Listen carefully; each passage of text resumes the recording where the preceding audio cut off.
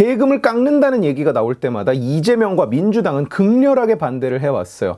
단 한 번도 대한민국의 그 누구도 일부러 저소득층이나 영세상인에게 세금을 더 물리는 법을 만들겠다, 부자만 세금을 깎아주겠다고 나선 적이 한 번도 없는데, 워크포스의 49%는 소득세를 한 푼도 안 내는 나라에서 세금을 깎겠다, 중과세, 트리플 과세를 없애겠다고 나서면 결국 세액 기준으로 가장 많은 세금이 깎이는 사람이나 법인은 당연히 고소득층 대기업일 수밖에 없습니다. 이건 우리나라뿐 아니라 전 세계 어디를 가도 마찬가지예요. 이건 정치의 영역이 아니라 산수의 영역입니다.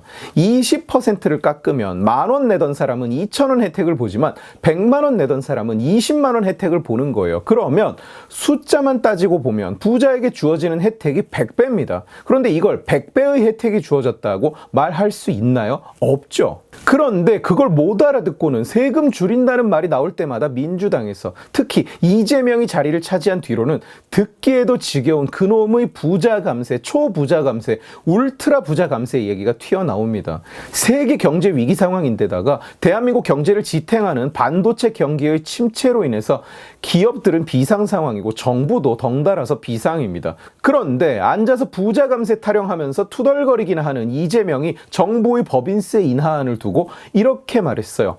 왜 그래야 하나? 실제로 한 말입니다. 왜 그래야 하나? 세금을 깎아주자고? 왜 그래야 하나? 몇 년 전부터 제가 꾸준히 하고 있는 말입니다만, 이재명을 포함해서 민주당 세력은 법인세라는 것이 뭔지, 어떻게 돌아가는지, 어떻게 거치는지, 어떻게 늘어나고 줄어드는지를 전혀 이해를 못하고 있어요.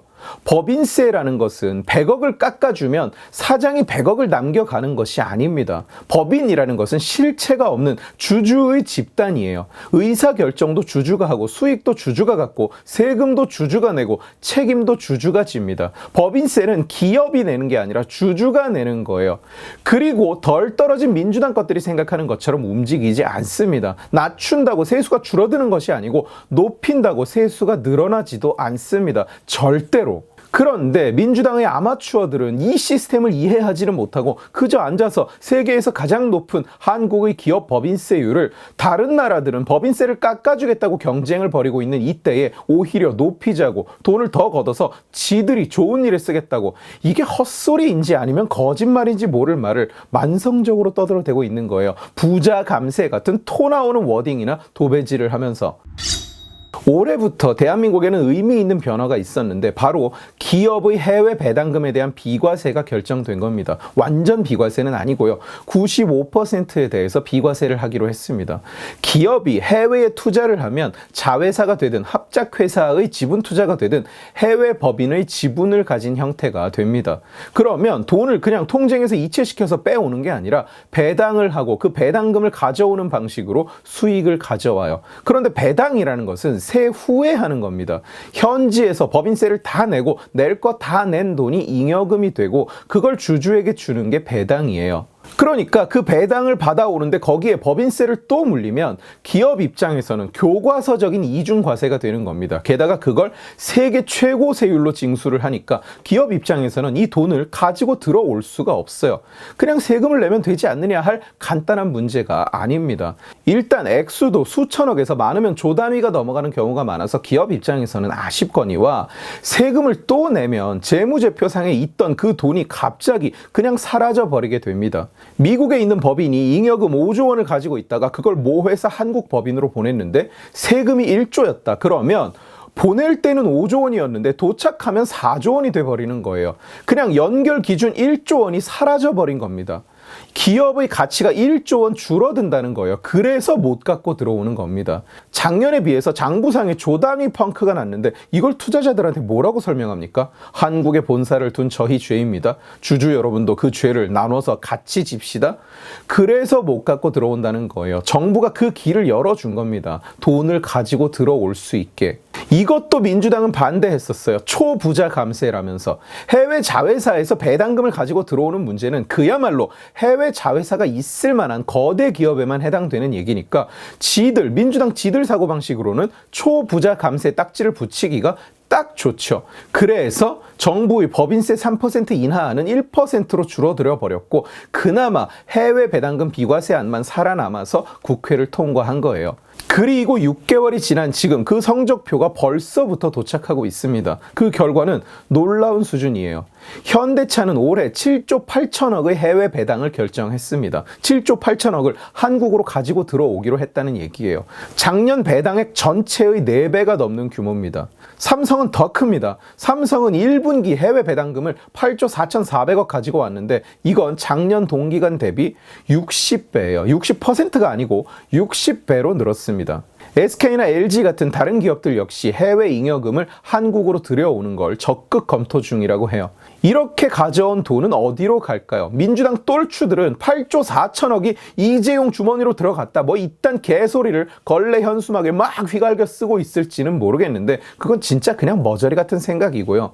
현대는 그 돈을 국내 전기차 생산 설비 증설에 사용할 계획이라고 합니다. 삼성도 역시 이 돈을 국내 반도체 설비 증설에 사용한다고 해요.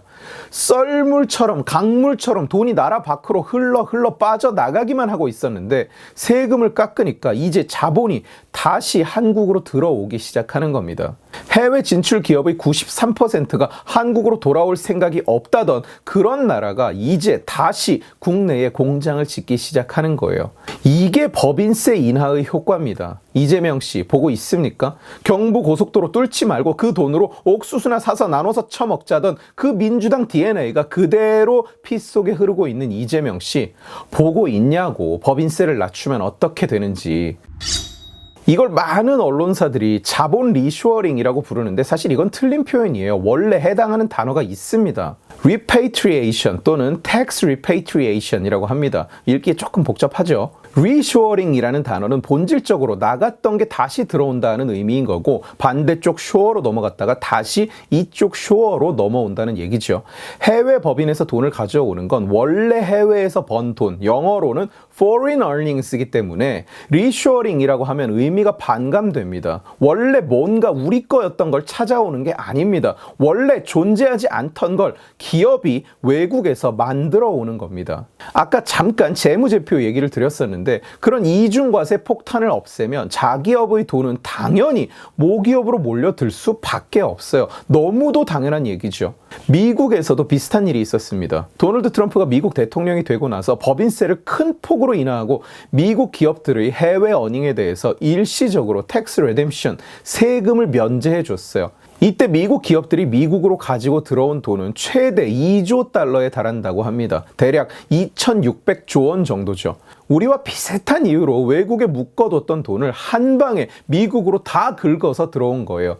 애플 혼자서만 350조 원을 가지고 들어왔다고 하니까 그게 얼마나 대단한 양의 돈인지 상상이 가십니까?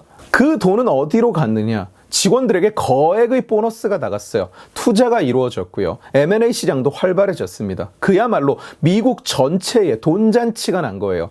이재명과 민주당이 생각하는 것처럼 팀 쿡과 제프리 베조스의 주머니로 들어간 게 아닙니다. 그 돈으로 혜택을 본 사람들은 기업 직원들, 일자리가 늘어나서 고용이 된 사람들, 그리고 그 돈을 받아서 매출이 늘어난 여러 비즈니스들, 투자를 받은 스타트업들, 그리고 주주들이에요. 그야말로 미국이라는 경제 시스템 전체에 이익이 돌아갔습니다. 민주당과 이재명이 죽었다 깨어나도 이해할 수가 없는 프로세스예요. 이런 얘기를 아무리 해줘도 민주당은 이해를 못합니다. 왜? 민주당은 법인세라는 게 뭔지 모르니까. 기업 시스템도 모르고 회계 시스템도 모르고 그런 걸 배우는데 관심조차 없으니까 그래요. 그냥 부자 감세, 초부자 감세, 울트라 부자 감세 중단하라 선동구호 뽑아서 걸레 현수막이나 덕지덕지 걸고 표팔이 하는 데만 관심이 있으니까요. 제가 이럴 거라고 했죠. 제가 대단한 사람이라서 남들이 모르는 걸 예측한 게 아닙니다. 모든 경제 전문가가 이럴 거라고 얘기했고 경제에 대한 상식을 조금이라도 가진 사람은 다 쉽게 예측할 수 있는 결과였어요. 그리고 실제로 그대로 됐습니다. 세금을 낮추면 대기업 총수 배만 불러지는 줄 알았는데 시장 전체에 돈이 도네. 이상하게도 이재명 말과 다르네. 민주당 현수막이랑 다르네. 민주당 여러분, 머리가 짧아서 미래까지 내다보지는 못한다면 적어도 현실은 받아들이면서 삽시다. 좀 그 부자 감세 같은 쌍팔년도 계급투쟁 헛소리들을 없애야 민주당도 그리고 대한민국도 발전하지 않을까요? 오늘 지식의 칼은 여기까지입니다. 재미있게 보셨으면 지식의 칼 채널을 구독해 주시고 이 영상을 주변에 공유해 주세요. 여러분들이 공유해 주시면 설득은 제가 하겠습니다. 고맙습니다.